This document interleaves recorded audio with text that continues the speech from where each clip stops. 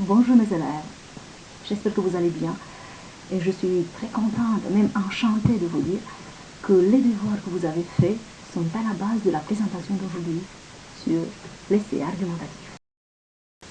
Je vous invite à découvrir maintenant les points forts de l'essai argumentatif en français, c'est-à-dire une structure logique qui organise aussi les paragraphes, des connecteurs qui peuvent suggérer des approches, et bien sûr des modalités d'écrire une argumentation à la française. En quoi consiste la structure d'un essai argumentatif? C'est comme un roman. Et la plupart d'entre vous, vous avez utilisé cette structure. Introduction, argumentation, conclusion. Il y a plusieurs modalités d'initier le discours en utilisant des expressions comme « il est vrai » ou « il est bien connu que » ou bien d'entrer dans le contexte. Par exemple, j'ai choisi quelques fragments. Il est vrai que nous traversons une période très difficile. Et, comme nous le savons, comme il est bien connu, cette période est une période assez difficile et nous devons faire tout notre possible pour nous protéger. Et voilà une autre introduction que j'ai bien aimée. La mise en place d'un dispositif de confinement oblige chacun à s'organiser pour limiter au maximum ses déplacements. Mais c'est aussi l'occasion de voir naître de beaux gestes de solidarité. Pour introduire dans le contexte, on peut utiliser des expressions de temps, comme de nos jours, à nos jours, ces 2 dernières semaines, actuellement, de nos jours, avec l'épidémie de coronavirus, qui représente une urgence sanitaire mondiale, beaucoup de mesures nécessaires ont été imposées. Ces 2 dernières semaines ont été connues comme étant terribles en raison de ce qui se passe en ce moment dans le monde entier. Il y a aussi des formules, des adjectifs, des adverbes qui peuvent indiquer le contexte positif ou négatif. Exemple, malheureusement, nous sommes témoins et victimes d'un virus récemment découvert. Donc là, vous avez aussi le substantif victime. Des mesures ont été prises pour lutter contre ce type de virus en France. L'une des mesures est solidarité entre voisins. Et un contexte positif, avoir une bonne relation entre les voisins est une chose très importante dans notre vie. Dans l'introduction, on peut provoquer au débat par une conclusion. Partout en France, de petites affiches apparaissent dans les halls d'immeubles pour venir en aide à ses voisins. Et c'est efficace. Comme vous le savez déjà, des classes de roman, par exemple, les connecteurs sont très importants dans la construction d'une argumentation. Des fois, ces connecteurs peuvent suggérer des formes d'approche. Approche abordée. Voilà. Dans la construction du texte d'une lettre, comme vous l'avez fait jusque-là, on a utilisé un connecteur. Mais c'était un connecteur de temps à ce moment-là. D'abord, tout d'abord, je pense que ce message a été écrit par une association volontaire. Et les connecteurs les plus utilisés pour présenter des arguments sont premièrement, deuxièmement, d'une part, d'autre part. Vous avez déjà utilisé. Premièrement, je crois que ce message qui peut-être été promu par quelques associations humanitaires de bénévolat est une méthode efficace. Ou bien, deuxièmement, c'est une très bonne idée qui aidera les voisins à comprendre, à exprimer leurs opinions personnelles et à résoudre les problèmes. Pour apporter un nouvel argument, on peut utiliser les expressions de plus, en plus, d'ailleurs, un autre. Par exemple, de plus, je vais mentionner que si j'avais l'opportunité de faire du bénévolat pour les personnes affectées par l'épidémie, je choisirais de faire du bénévolat. En plus, Paris est une ville avec des personnes âgées. De plus, les personnes qui ne peuvent pas se rendre seules pour faire les achats nécessaires peuvent être ramenées à la maison par quiconque souhaite faire une bonne action. Un autre connecteur, pour ajouter un argument, c'est quanta. Et pour un dernier argument, enfant. Quant au bénévolat, j'adorerais. Je pourrais partager des brochures pour alerter. Enfin, faire un don ou faire des courses pour ces personnes pourrait certainement les aider à se sentir plus à l'aise. Pour bien justifier, il faut donner des exemples. Et l'expression consacrée en français, c'est par exemple. Par exemple, un Italien a créé une application qui permet aux médecins des hôpitaux de recevoir des plats chauds au travail, de loin, parce que la distance est importante maintenant. Il y a aussi des questions qui peuvent aider.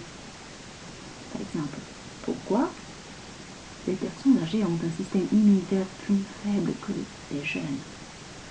Ou bien, comment on peut aider les personnes fragiles qui sont en difficulté? Et vous donnez la réponse. Dans l'essai argumentatif français, il y a quelques expressions qui introduisent notre opinion personnelle donc, dans la conclusion. Il y a des expressions comme « à mon avis »,« pour moi »,« selon moi »,« personnellement »,« quant à moi »,« en ce qui me concerne ». Ensuite, on expose des arguments avec le verbe croire ou penser. Je pense que, je crois que, il me semble que, je trouve que. Voilà un exemple. Personnellement, je crois qu'il est très difficile d'être bénévole pendant cette période, parce que je suis dans une situation d'auto-isolement. L'expression la plus utile pour exprimer son opinion, c'est « à mon avis » en français. À mon avis, je pense que tout le monde devrait essayer de faire du bénévolat. Personnellement, je me suis portée volontaire et je le fais toujours. Actuellement, je suis bénévole. À mon avis, ces messages ont un grand impact sur la population parisienne. Ou bien, à mon avis, ces messages sont écrits par des voisins bienveillants. On continue? Alors un dernier à mon avis, cette forme de communication et d'entraide pourrait être efficace surtout pour les personnes âgées. Et cette fois-ci, une autre expression, il me semble. Cette forme de communication me semble très facile, car à l'heure actuelle, tout le monde a un compte. Et l'utilisation de je pense avec parce que ou car, catch. Je pense que cette forme de communication et d'entraide est bénéfique, car la communication est indirecte, la distance sociale est maintenue, et c'est une initiative qui protège les personnes vulnérables. Je crois qu'en cette période, faire du bénévolat est important pour les gens vulnérables. En général, on peut dire pour moi, mais on accepte aussi selon moi. Selon moi, c'est un message très réconfortant, surtout pour cette période troublée. Voilà l'expression je pense.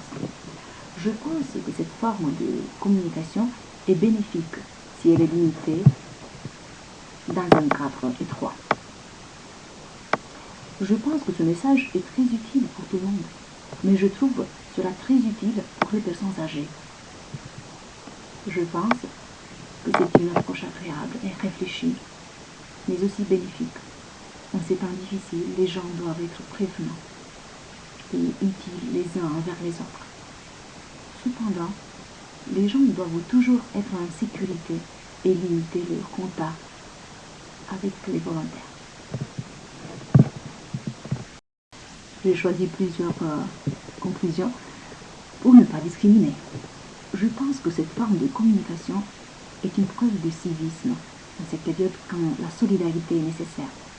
Et je crois que c'est un geste très gentil qui peut sauver des vies. À mon opinion, le bénévolat est une activité nécessaire pendant cette période. Les expressions classiques pour conclure une argumentation sont en conclusion et donc. Donc c'est plus familier. En général, en conclusion pour conclure. En conclusion, on doit faire quelque chose pour aider les personnes en difficulté. Donc, c'est une bonne méthode car les personnes âgées n'utilisent pas immédiat. Donc, je pense que tout le monde devrait essayer de faire du bénévolat. J'ai quelques précisions à vous faire pour une argumentation à la française. Attention, dans une lettre, vous avez utilisé tu, vous avez utilisé vous, parce que c'était dans un contexte personnel, direct. Mais là, dans un essai argumentatif, on n'utilise pas tu et vous. On utilise nous, comme argument, ou les pronoms neutres on. C'est très important et c'est très spécifique pour le français, le on. Je vous donne des exemples. Dans cette période, on peut aider les autres. C'est la meilleure modalité de montrer son amour pour ses semblables. Vous utilisez là. Vous utilisez pour on des adjectifs possessifs de troisième personne du singulier. Son amour, ses semblables. On peut gagner plus de confiance en soi et en sa forță d'être utile. Putem câștiga mai multă încredere în sine și în forța sa de a fi util. Bon. Voilà. Donc, en général, il faut accorder le sujet on avec les autres déterminants. Întotdeauna încercăm să acordăm valoarea lui on, de persoana a treia singular, tuturor determinanților. Fie, așa cum avem aici, adjective posesive, fie pronume. Ceva mai încolo vom vedea pronumele reflexive. On se sent vraiment responsable. Pour conclure, j'ai quand même choisi une conclusion d'une argumentation plutôt à la romaine, mais ça existe en français. Le nous, ça existe aussi en français. En conclusion, nous devons faire tout ce qui est en notre pouvoir pour protéger les personnes vulnérables. Mais n'oublions pas que nous devons aussi nous protéger. Voilà, c'est tout pour aujourd'hui. Quant à l'essai argumentatif, on va compléter des connecteurs, des formules, des idées, de mise en forme des idées dans les leçons à suivre, mais peu à peu. Ça, c'est la leçon essentielle. C'est pour cela que je voulais vous présenter tout ça sous une forme directe, enregistrée quand même. Bon, pour ceux qui suivent, dans un deuxième épisode, je vous propose une leçon de grammaire. Parce que vous allez voir si c'est seulement Google qui vous a donné des idées ou vous avez bien réfléchi pour employer, par exemple, le subjonctif après les expressions je ne pense, je ne crois pas, comme dans l'exemple je ne pense pas qu'il puisse faire grand chose. Voilà. Ou bien après l'expression il faut, il ne faut pas. Il ne faut pas que ce soit quelque chose de grand. Parce que vous avez utilisé le subjonctif. Vous avez utilisé le subjonctif et je ne sais pas très bien si vous connaissez ce contexte. Ou c'est seulement Google qui vous a aidé. D'accord? Donc, à la prochaine avec le subjonctif.